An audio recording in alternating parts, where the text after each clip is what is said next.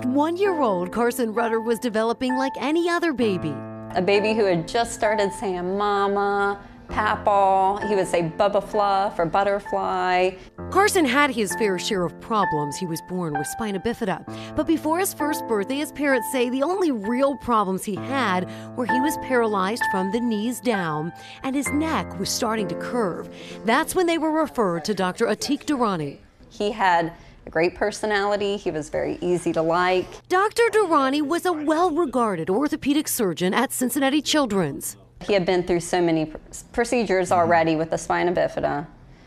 We had been through Children's for all of it. We trusted everybody. But on their first visit with Dr. Durrani, the excitement they had for how Carson was progressing turned into fear. It was the first visit he told us he would have to have surgery. That this was so severe that he would become paralyzed. Like if he was in an accident or anything, he would become paralyzed immediately. That's when he said that, your son's head could fall off. Your son's head could fall off? Yeah. I mean, we were devastated. We were crying, upset. According to federal charges, Durrani had a pattern of persuading patients to undergo medically unnecessary surgeries, claiming they had to have the surgery immediately or they'd face grave injuries. 3 weeks after his first birthday, Carson went in for spine surgery. But the procedure was much more invasive and extensive than Christina and Joe expected. It looked like these bolts that he put in on the back of his head, like neck, back of his head. They were so long, it looked like they were about to just rip right through his skin. Almost immediately, there were complications. Carson ended up needing 2 emergency surgeries in a matter of days that left him in an induced coma for months. He was in a halo for an entire year. Imagine your very first child, and you can't hold them at all. But it wasn't until 2013 when Christina and Joe were watching the news and saw Dr. Durrani being arrested for healthcare fraud that they ever questioned what he did. That was our savior there. He totally sold us that I'm going to fix everything. The light bulb went off. Christina and Joe started looking deeper into Carson's medical records and talking with other doctors. Their lawsuit claims the first surgery was never needed to begin with and lays out the devastating impact it had on their son. The few words Carson said at one, he can no longer say. Well, he was right on track mentally, and now he's stuck. And that's not all. Doctors say Carson will be lucky to make it into early adulthood.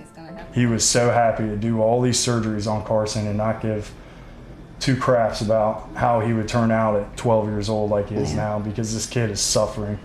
In court filings, Dr. Durrani denies everything. But it's not just Dr. Durrani. The Rudders are also suing Children's Hospital. Their attorneys claim Children's knew Durrani was performing unnecessary surgeries, but looked the other way for one reason: money. According to an affidavit filed in the criminal complaint, Durrani billed more of those types of procedures to Medicare than any other doctor in Ohio over a 3-year period. Eric Dieters is a spokesman for their attorneys. Children's Hospital's making $1.6 million on him. Next year, $1.8 million. Next year, $3 million. Last year, $3.6 million. They're a great hospital, but I feel like they really dropped the ball. And I feel like they really left us behind. Right now, Durrani is facing federal charges for making false statements related to health care matters and health care fraud. But authorities say he fled the country before he could ever be prosecuted. He's been on the run for more than 4 years. Does he want a big hug? Get big. As much as Christina and Joe adore their now 12-year-old little boy, they wish more than any settlement, more than any prosecution, they could go back in time.